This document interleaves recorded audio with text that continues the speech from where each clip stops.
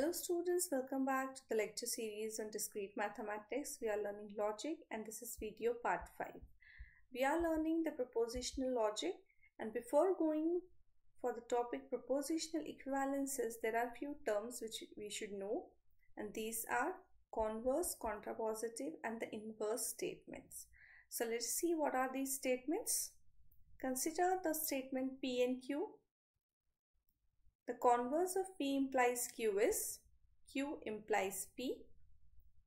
The contrapositive of P implies Q is negation Q implies negation P, and the inverse of P implies Q is negation P implies negation Q.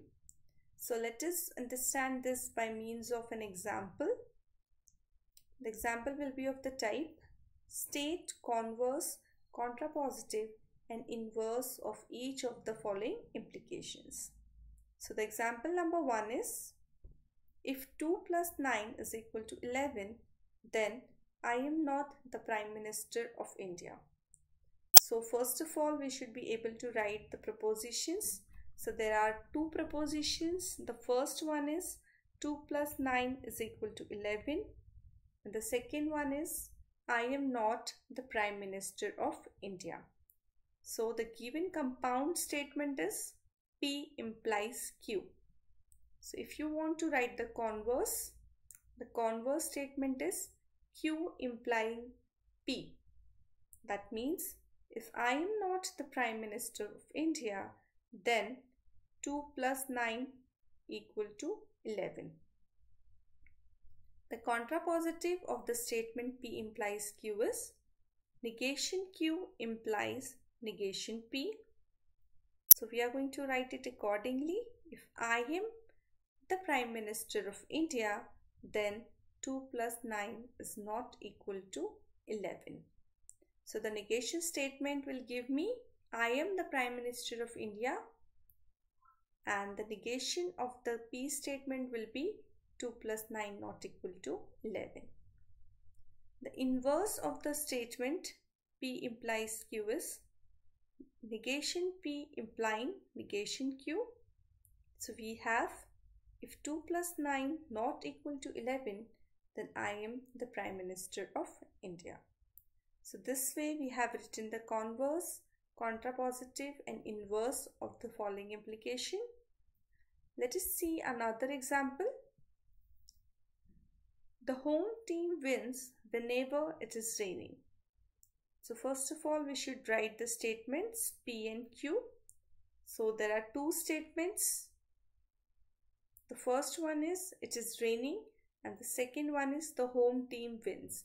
Here the statement if, then it is not given in the form of if and then. We are given the home team wins whenever it is raining. So the condition whenever it is raining, that means if it is raining, then the home team wins. So we better understand it by means of if P then Q. So we have converted that statement into if then statement. So therefore the proposition is P implying Q. The converse of this statement is Q implying P. That means if the home team wins, then it is raining. The contrapositive is negation Q implying negation P. So the negation Q statement will be the home team does not win, and the negation P is it is not raining. So the contrapositive of the above statement will be if the home team doesn't win, then it is not raining. The inverse of the above statement is negation P implying negation Q. So the negation of the P is it is not raining, and the negation of Q is it is the home team does not win. So the inverse statement will be if it is not raining, then the home team doesn't win.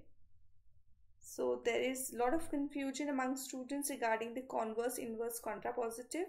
So we should practice more examples to have the clear idea of these statements, and these statements are also equivalent sometimes. So we are going to see it in the next video, next lecture. Thank you.